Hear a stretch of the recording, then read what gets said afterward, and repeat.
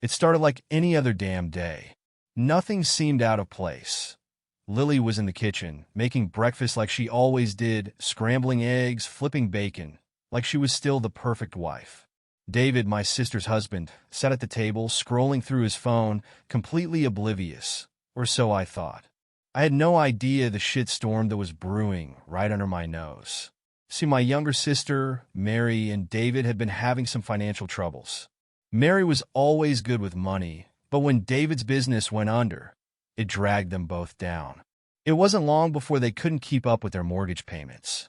They had nowhere else to turn, so I did what any good brother would do. I let them move in with us until they could get back on their feet. Looking back now, that decision might have been the biggest mistake of my life. At first, things seemed fine. Sure, it was a little cramped, but I figured it was temporary. I didn't mind being the savior, the guy who could offer a helping hand when family needed it most. We even made light of it. Lily would joke about how we were one big, happy family. "It's like we're in college again, housemates and everything," she'd say with that sly grin, and I'd laugh along. Little did I know how true her words would become in the worst possible way. You don't just wake up one day and realize your wife's been cheating on you. It starts small, barely noticeable at first. It's the kind of thing that sneaks up on you like a slow leak in the ceiling. At first, you don't even notice the water stain, but by the time you do, the damage is already done. There were little things. Lily started dressing up more, putting on makeup even when we weren't going anywhere. And she started laughing a little too hard at David's stupid jokes. But I figured she was just trying to keep the mood light, considering all the stress Mary and David were under. I didn't think twice about it. One night, we were all sitting around the living room. I was flipping through channels while Lily and David were at the kitchen island, talking and laughing. I remember glancing over at them, noticing how close they were standing. Lily leaned in just a little too much, her hand brushing against David's arm as she laughed at whatever nonsense he was spouting. Something about it didn't sit right with me, but I shrugged it off. I mean, who the hell would suspect that your own wife and brother-in-law were screwing around behind your back? It's too damn crazy to even imagine. The real bomb didn't drop until that family vacation we took. It was supposed to be a break from all the stress, just a few days up by the lake in a cabin I'd rented for all of us. I thought maybe some fresh air and time away from the city would help Mary and David forget about their financial troubles for a bit. Plus, I figured it would be a good chance for Lily and me to reconnect. Our marriage had been, well, not bad, but there was something missing lately. I chalked it up to the stress of having 2 extra people living in our house. I never once suspected it was something else, something darker. We arrived at the cabin on a Friday afternoon. The air was cool and crisp, the lake perfectly still, reflecting the dense forest surrounding it. The kind of place you'd think would heal any wounds, bring people closer. But for me, it would become the place where my world shattered. The first 2 days were uneventful. We spent time fishing, hiking, making s'mores by the campfire. Everything you'd expect from a family vacation. But on the third night, after a long day of hiking, we all sat by the fire, drinking beer and telling old stories. Lily was acting strange. She kept glancing over at David, their eyes meeting in quick, secretive exchanges. Mary was sitting next to me, oblivious, laughing at some stupid story I was telling. But I wasn't really focused on her. I was too busy trying to figure out why the hell Lily was acting so weird. Later that night, after everyone had gone to bed, I couldn't sleep. Something was gnawing at me, a feeling deep in my gut that I couldn't shake. I got up, figuring I'd step outside for some fresh air, maybe clear my head. As I was pulling on my jacket, I noticed Lily wasn't in bed. She must have gone to the bathroom, I thought. But when I checked, the bathroom was empty. Then I saw it, the faint light coming from the boathouse down by the lake. I didn't think much of it at first, but something made me grab the flashlight and head down there. Maybe it was the way Lily had been acting that night, or maybe it was just my instincts kicking in. Either way, I needed to see what was going on. I walked quietly down the path, the crunch of leaves under my boots the only sound in the still night.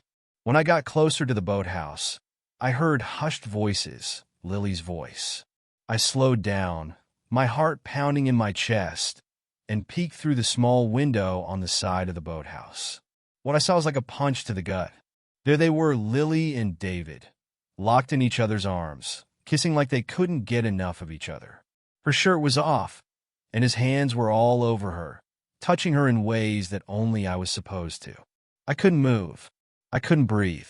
It was like my entire world came crashing down in that one moment. The woman I'd spent years with, the one I trusted more than anyone, was betraying me right in front of my eyes. And with David of all people, my sister's husband, the man I'd taken in when he needed help. I wanted to bust in there, drag David out by the throat, and scream at Lily until my voice gave out. But I didn't. Instead, I turned around and walked back to the cabin like nothing had happened. My mind was spinning, trying to make sense of what I'd just seen, but I couldn't. I couldn't even look at Lily when she snuck back into the cabin an hour later, acting like nothing was wrong. She slid into bed next to me, her skin still warm from her little rendezvous with David, and I just lay there, staring at the ceiling. The next day, I knew what I had to do. I wasn't going to confront them. Not yet. No, I wanted them to suffer like I was suffering. I wanted to hurt them in the same way they were hurting me, but I needed to be smart about it. That's when I started thinking about Mary. Sweet, innocent Mary. She didn't deserve what was happening to her. But then again, neither did I. And if I was going to take down Lily and David, I figured I might as well drag Mary into the mess. It wasn't fair, but life had stopped being fair the moment I saw Lily's hands all over David. At first, I wasn't sure how to go about it. Mary was my sister, for God's sake. But the more I thought about it, the more it made sense. If Lily could screw around with my sister's husband, why the hell shouldn't I do the same? Why shouldn't I take from her what she took from me? It started slow, innocent, almost. Longer glances, lingering touches. Nothing too obvious, but enough to plant the idea in Mary's head. She was vulnerable. After all, worried about David, worried about their finances, worried about her future. It made her easy to manipulate, and I knew exactly how to play it. We started sharing drinks late at night, after Lily and David had gone to bed. We'd sit on the porch talking about life, about how tough things had been. She confided in me, and I pretended to be the caring older brother. But deep down, I had other plans. The drinks with Mary became a nightly ritual. It was easy, really. David and Lily were so wrapped up in their own bullshit that they never even noticed when Mary and I slipped away to the porch after dinner. It was our little escape, a place where we could just talk, share our problems, or at least that's what Mary thought. For her, it was a safe space, a chance to vent about the strain David's failures had put on their marriage. She told me about how distant he'd become, how she felt like she was losing him. And I listened. I played the role of the concerned brother, nodding at all the right moments, offering a shoulder to cry on. But inside, I was seething. Every time she talked about David, all I could think about was how he was screwing my wife while pretending to be this decent guy who just needed a break. The first time it happened, it was almost accidental. We were sitting on the porch, the cool night air making the hairs on our arms stand up. Mary had had a few too many glasses of wine, and her words were slurring a bit. She leaned over, resting her head on my shoulder, sighing deeply. "I don't know how much longer I can do this, Mark," she whispered, her voice trembling. "I'm just so tired." Something in me snapped in that moment. I felt this surge of anger, this need to take back some kind of control over the mess my life had become. I didn't even think. I just leaned in and kissed her. It wasn't some gentle, romantic thing. It was hard, angry, full of everything I'd been holding back since I caught Lily and David together. For a split second, Mary pulled away, her eyes wide with shock. "Mark, what are you?" she started, but then she stopped. Her expression softened, and she kissed me back. It wasn't right. Hell, it was wrong on so many levels. But in that moment, I didn't care. It wasn't about love or affection or anything like that. It was about power, about taking something back that had been stolen from me. Mary was fragile, confused, and I knew she was looking for comfort, for something to make her feel wanted again. And I used that. I used her. It escalated quickly after that. One night turned into 2, then 3, And before I knew it, we were sneaking around like a couple of high school kids, waiting for the perfect moment when no one else was around. I'd never felt anything like it before, not even with Lily. It wasn't just the thrill of doing something forbidden, though that was part of it. It was the satisfaction of knowing I was getting my revenge, piece by piece. Every time Mary moaned my name, every time she reached for me in the darkness, I felt like I was winning, like I was taking back what was mine. But it wasn't that simple. The deeper I got into this mess, the more complicated it became. Mary wasn't just some pawn in my revenge plan. She was my sister. And despite everything, I did care about her. There were moments when I almost felt guilty, like maybe I was going too far. But then I'd see Lily and David together, laughing like nothing was wrong, and the guilt would disappear. I reminded myself that they deserved this. They'd made their bed, and now it was time for them to lie in it. One night, while Lily and David were out grocery shopping, Mary and I found ourselves alone in the house. The tension between us had been building for days, and it finally boiled over. We didn't even make it to the bedroom. Instead, we ended up in the living room, tearing at each other's clothes like animals. It was fast, frantic, almost violent. There was no love, no tenderness, just raw need, fueled by anger and betrayal. And when it was over, we lay there on the floor, breathing heavily, the silence between us deafening. I looked over at Mary, her face flushed, her hair a mess. For the first time, I saw her for what she was, another victim in all this. She had no idea what was really going on, no clue that her husband was screwing my wife behind her back. And yet, here I was, using her to get back at them. I felt a pang of guilt, but I shoved it down. There was no room for guilt anymore. Not in this game. As the days went by, I realized I needed to be careful. Lily and David were getting sloppy, sneaking around less carefully, probably thinking they had everyone fooled. But I wasn't stupid. I knew it was only a matter of time before someone slipped up. And when they did, I'd be ready. It was around this time that I started planting the seeds for my bigger plan. I knew I couldn't just keep this affair with Mary going forever without things blowing up in my face. Eventually, someone would find out, and it would be a disaster. So I started laying the groundwork for the final blow, the family dinner. It wasn't easy to orchestrate. I had to get everyone in the same room, which wasn't exactly hard since we all lived under the same roof. But I needed the timing to be perfect. I wanted to make sure that when the truth came out, it hit everyone like a sledgehammer. No one would walk away from this unscathed. Not Lily, not David, and certainly not Mary. I started collecting evidence, texts, emails, photos, anything that would prove beyond a shadow of a doubt that Lily and David were having an affair. It wasn't hard to find. They were careless, leaving their phones unlocked, sending messages when they thought no one was looking. I took screenshots, saved photos, even recorded a few phone conversations. I had everything I needed, but that wasn't enough. I wanted to make it personal. I wanted them to feel the same humiliation I'd felt when I saw them together in that boathouse. So I started digging into David's past. Turns out he wasn't just a crappy husband. He'd been cheating on Mary long before Lily came into the picture. There were old messages, hidden accounts, even a few shady business deals he'd been involved in. It was perfect.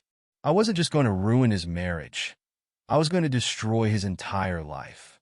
The night of the family dinner finally arrived. I'd set everything up perfectly. I had the projector ready, the photos and texts queued up, just waiting for the right moment. We all sat down at the table, Lily smiling like the perfect wife, David cracking jokes like he wasn't a complete piece of shit, and Mary sitting there, completely unaware of the storm that was about to hit. I watched them, my heart pounding in my chest, knowing that in just a few minutes, everything would change. The lies, the betrayal, the anger. It was all about to come out, and there would be no going back. But that's what I wanted. There was no turning back now. The night of the family dinner, I could barely keep my composure. My hands were shaking as I set the table, and I'm pretty sure Mary noticed. She gave me this sweet, concerned look, like she had no idea what was about to happen. And she didn't. Not really. None of them did. Lily, as usual, was acting like the perfect wife, smiling, asking if anyone needed more wine, playing hostess. If only they knew. David, sitting right across from her, was in his usual smart-ass mood, cracking jokes and making everyone laugh like he hadn't been screwing my wife for God knows how long. The way they interacted was what really killed me. The little glances, the subtle touches they thought no one noticed. But I saw it, and I wasn't going to let it slide any longer. I had everything set up, my laptop connected to the projector hidden in the corner of the room. All it took was one click, and their entire world would come crashing down. I kept glancing at the clock, waiting for the right moment. Timing was everything. Dinner dragged on, everyone chatting about work, the kids, bullshit family stuff. Mary looked happier than she'd been in a long time. She had no idea that her whole life was about to be ripped apart. A part of me wanted to stop. I mean, she didn't deserve this. But then I thought about all the lies, the sneaking around, the nights I'd spent awake, knowing my wife was screwing my sister's husband. No, they deserved this. All of them. When dessert came out, I knew it was time. My heart was racing, but I kept my voice steady as I cleared my throat. "I've got a little surprise for everyone," I said, trying to sound casual. Everyone stopped talking and looked at me, curious. "I've been working on something, and I thought tonight would be the perfect time to share it." Lily smiled, oblivious, but I saw a flicker of suspicion in David's eyes. He knew something wasn't right. He wasn't a complete idiot after all. I pulled out my phone, my thumb hovering over the screen. One click, and it was over. "Mark, what's going on?" Lily asked, her voice light, but there was a tension there just under the surface. I could hear it. I looked her dead in the eyes. "You'll see," I said, my voice cold. And then I pressed the button. The room went dark for a second before the projector flickered to life. At first, it was just a still image, a text conversation between Lily and David. They were talking about how they couldn't wait to see each other again, how they needed to find more excuses to sneak away during the vacation. It was explicit, shameless, the kind of thing that made my blood boil just reading it. I could hear Mary gasp, her fork clattering to the table. Lily's face went pale, her eyes wide with shock. "What the hell is this, Mark?" she hissed, her voice shaking. I didn't respond. I just let the images keep rolling. Text after text, photo after photo. Pictures of them together, sneaking off, their hands all over each other. And then the video. The one from the boathouse. The one where I caught them red-handed. I'd been recording from outside, hidden behind the door. It wasn't the best quality, but it was enough. Enough to show exactly what they were doing. Enough to ruin them. Mary let out a sob, covering her mouth with her hands. "Oh my God! David!" Her voice cracked, and I could see the tears welling up in her eyes. She looked at him, completely shattered. "How could you?" David was frozen in his seat, his face drained of color. He looked like he was about to be sick. "Mary, I can explain." But he didn't even finish the sentence. He knew there was no explaining this. Lily, on the other hand, wasn't going down without a fight. She turned to me, her face twisted in rage. "You set this up, didn't you? You sick bastard," she screamed, standing up so fast her chair toppled over. "How long have you known, huh? How long have you been planning this?" I stood there, calm, watching her unravel. "Long enough," I said quietly. "Long enough to see what kind of person you really are." Lily lunged at me, her hands curled into fists. "You're a fucking monster," she shrieked, and I almost laughed at the irony. Me? A monster? This was coming from the woman who'd been sneaking around with my brother-in-law, right under my nose. David was still frozen, staring at the screen in shock. He hadn't even moved, and I could see the sweat dripping down his forehead.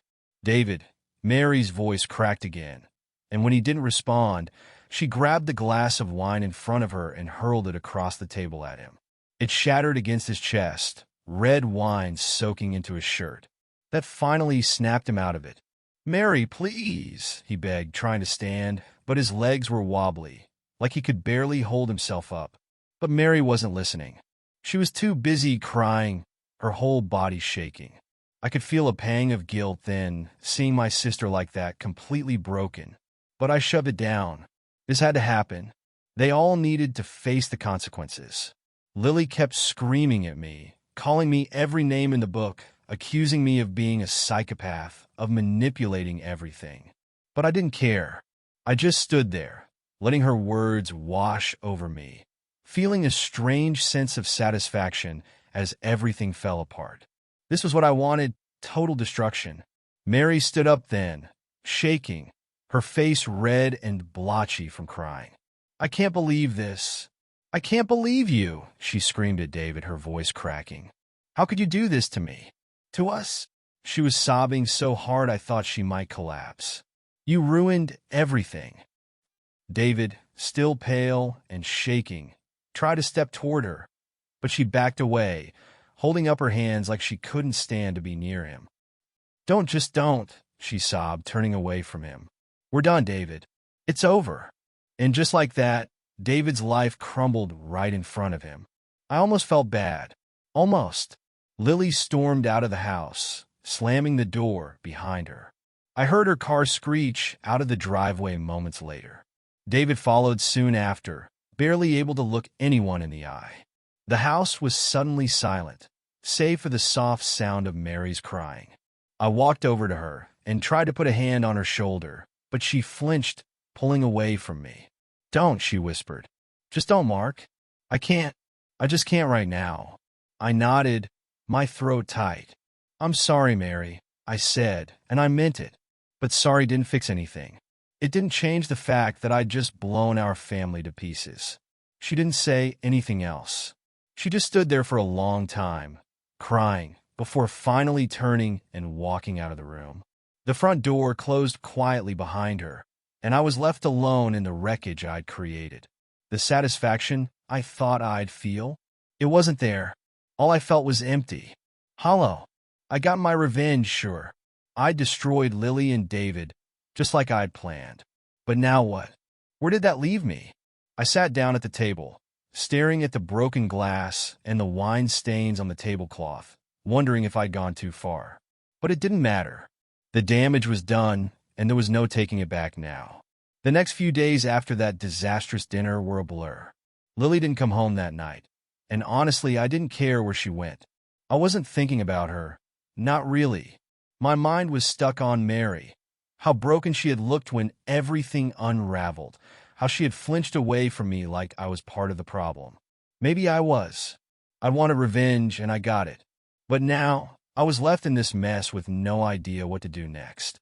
I sat at home, alone, replaying everything over and over in my head. The way Lily had screamed at me, the glass shattering, the look of sheer devastation on Mary's face when she realized what her husband had done. And through it all, I couldn't shake this gnawing feeling of guilt. Sure, David and Lily had it coming. They deserved everything that was thrown at them. But Mary didn't. I dragged her into this, made her part of my twisted revenge, and now she was paying the price for it. That wasn't part of the plan. Lily didn't return home for 2 more days. And when she did, the silence was deafening. She didn't say a word to me, didn't even look at me. She grabbed a few things, some clothes, her makeup bag, and left again, slamming the door behind her like it was her final screw you. I let her go. She wasn't my problem anymore. Mary, though, Mary was a different story. I tried calling her the next day, but she didn't pick up.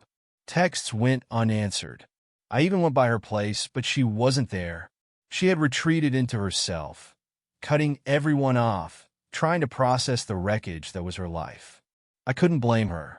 I wasn't exactly eager to face what I'd done either. One night, about a week after the dinner, I got a knock on my door. It was late, past midnight, and the last thing I expected was to see Mary standing there, her eyes red and puffy, like she'd been crying for days. She looked like hell, but so did I. We stared at each other for a long moment before she finally spoke. "Can I come in?" she asked, her voice small and shaky. I stepped aside, letting her in without a word. She walked past me into the living room and collapsed on the couch, burying her face in her hands. I followed her in, sitting across from her, unsure of what to say. The silence stretched on, thick and heavy, before she finally lifted her head and looked at me with eyes full of pain. "Why didn't you tell me?" she asked quietly. "Why didn't you warn me, Mark?" I opened my mouth to respond, but the words got stuck in my throat. How could I explain it? How could I tell her that I hadn't said anything because I wanted to hurt them both? That I wanted to hurt her, too, for reasons I couldn't even fully understand? "I don't know," I said lamely, knowing it wasn't good enough. I thought it was better this way."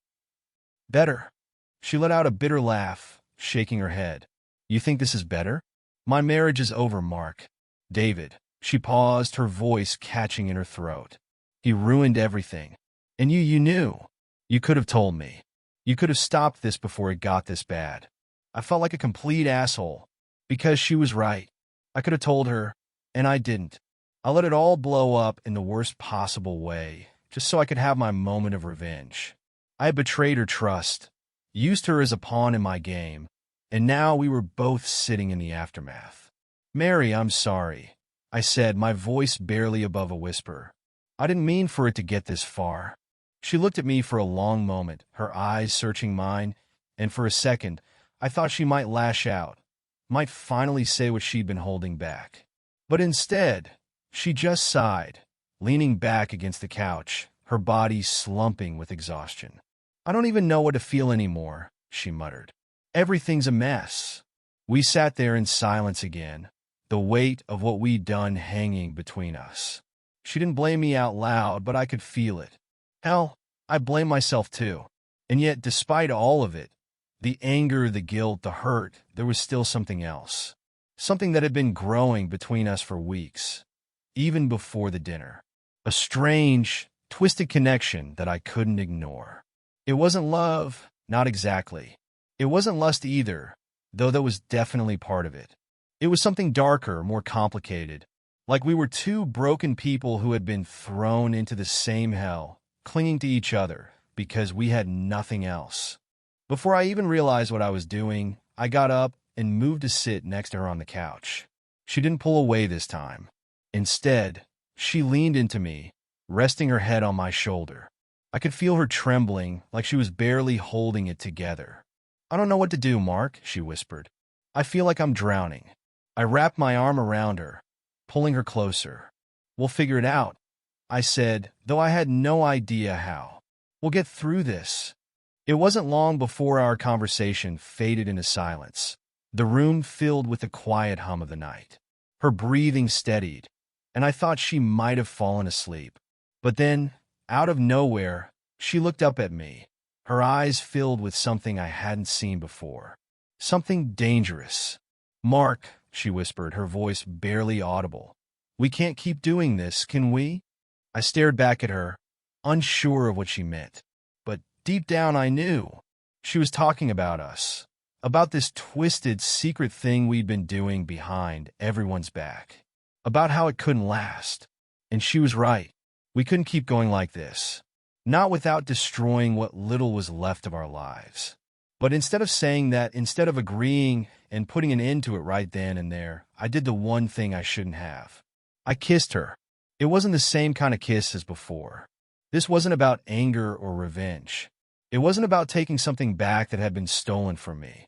This was about need, desperation, the need to feel something, anything that wasn't pain. And Mary kissed me back, just as desperate, just as broken. Before I knew it, we were tangled up on the couch, clothes being pulled off in a frantic rush, our bodies pressed together like we were trying to erase everything that had happened in the past few weeks. It was messy, raw, and when it was over, neither of us said a word. We just lay there in the darkness, breathing heavily, too exhausted to even move. It wasn't until much later, after Mary had fallen asleep in my arms, that the full weight of what I'd done hit me. I crossed a line I couldn't uncross. This wasn't just about revenge anymore. This was something else, something far more dangerous. And now, I was in too deep to back out. Lily was gone. David was a ghost. And Mary, well, Mary was all I had left. But for how long? That was the question that kept me up at night. The next few weeks were a blur of chaos, guilt, and confusion. Lily didn't come back home. I didn't ask where she was, and honestly, I didn't care. I had bigger problems. Mary kept her distance, which was probably for the best, but the few times we did talk, the tension between us was unbearable. We were both avoiding the inevitable. The fact that our relationship, whatever it was as doomed as our marriages. David tried reaching out a couple of times. The ball's on that guy, I swear. After everything, he actually had the nerve to ask if we could meet up and talk things through. I didn't bother responding. What the hell was there to talk about? He screwed my wife, destroyed his own marriage, and shattered everything we had as a family. There was nothing left to say. But that's the thing about revenge. It never really ends where you think it will. I thought I could control it, that I could get my satisfaction and walk away unscathed. But I was wrong. Revenge has a way of eating you alive, piece by piece, until there's nothing left but the wreckage. The first sign of that came when Mary stopped talking to me altogether. At first, I thought she just needed time to process everything. But as the days stretched into weeks, I realized something had shifted. She was shutting me out, and I couldn't blame her. After all, I was the one who dragged her into this mess. I was the one who used her as a weapon to destroy her own husband. I thought we had some kind of connection, something real, but it was just as broken as everything else. One night, after nearly a month of silence, she finally called me. Her voice was flat, emotionless, like she was reading from a script. "Mark, I can't do this anymore," she said, and just like that, I knew it was over. Whatever this is, whatever we've been doing, it's not healthy. It's not right. I didn't argue. How could I? She was right. We were both spiraling, clinging to each other in a desperate attempt to feel something, anything, that wasn't the crushing weight of betrayal. But that wasn't enough. It could never be enough. "I understand," I said quietly. "I'm sorry, Mary." She didn't respond to that. Instead, she sighed, and I could hear the exhaustion in her voice. "I need space, Mark. I need to figure out my life, and I can't do that with you in it." That stung, more than I expected it to. But I didn't fight it. I'd already done enough damage. "Take care of yourself," I said, and then the line went dead. I sat there for a long time after that, staring at my phone, feeling the weight of everything settle on my shoulders. The house was empty, the silence oppressive. Lily was gone, David was gone, and now Mary was too. I was alone, and for the first time in weeks, I had to face the consequences of what I'd done. I thought about everything that had led me here. Lily's betrayal, David's smug face, the way they thought they could get away with it. And yeah, I got my revenge. I'd humiliated them, ripped their lives apart just like they'd done to mine. But as I sat there, in the quiet darkness of my house, I realized something I hadn't been willing to face before. Revenge hadn't made me feel better. It hadn't fixed anything. If anything, it had left me more hollow, more broken than before. A few days later, I got an email from Lily. Not a call, not a visit, just a damn email. It was short, to the point. She wanted a divorce. She didn't even try to apologize or explain herself. She just wanted out, and I couldn't blame her. I wanted out too, out of this whole nightmare. The divorce process was quick, almost disturbingly so. Neither of us had the energy to fight over the house or the money. We split everything down the middle and went our separate ways. I didn't even see her during the final hearing. Just a few signatures, some legal jargon, and that was it. 10 years of marriage gone in a flash. As for David and Mary, I didn't hear much about them after that. Last I heard, Mary moved to another city to start fresh, far away from the wreckage we'd left behind. David? Well, from what I gathered, his life continued to fall apart. His business was in shambles, and after everything came out, no one wanted to work with him. Karma's a bitch, I guess. But that didn't bring me any satisfaction. None of it did. Revenge was supposed to be sweet, but all it left me with was an empty house and a hollow feeling in my chest. I spent weeks trying to make sense of it all, trying to figure out where everything went wrong. But the truth is, it didn't matter. The damage was done. One night, after I'd had more drinks than I should have, I thought about calling Mary. I picked up the phone, dialed her number, but then I stopped. What the hell would I say? That I was sorry? That I missed her? That I wished we could somehow fix everything that had been shattered? None of that would change what had happened. And besides, she didn't need me complicating her life any more than I already had. So, I put the phone down and walked out onto the porch, staring out into the night. The air was cool, and for the first time in a long time, I felt a strange kind of peace. Not the peace I'd been chasing with my revenge. Not the satisfaction of seeing Lily and David's lives crumble. No, this was different. This was the acceptance that came with realizing I couldn't undo the past. That I couldn't fix the damage I'd caused, no matter how much I wished I could. It was time to move on, to start over. I wasn't sure how, or even where to begin, but I knew I couldn't stay in that house, surrounded by the ghosts of everything I'd lost. So, I sold the place, packed up my life, and left town. I didn't know where I was going, but I didn't need to. Anywhere was better than staying in the wreckage of my old life. It's been a few months since then. I'm still figuring things out, still trying to make sense of everything that happened. Some nights, I still think about Mary, about what could have been if we hadn't been caught up in the mess of our own making. But I know better than to dwell on it. It's over. All of it. I'm not the same person I was before all this happened. I don't know if that's a good thing or a bad thing, but it's the truth. Revenge didn't heal me. It didn't give me the closure I thought it would. If anything, it just showed me how far I could fall. But maybe that's what I needed. To hit rock bottom, to lose everything so I could figure out how to start again. So, that's where I am now, starting over. I'm not sure what the future holds, but for the first time in a long time, I'm okay with that. I'll figure it out one day at a time. And maybe, just maybe, I'll find some kind of peace in the process.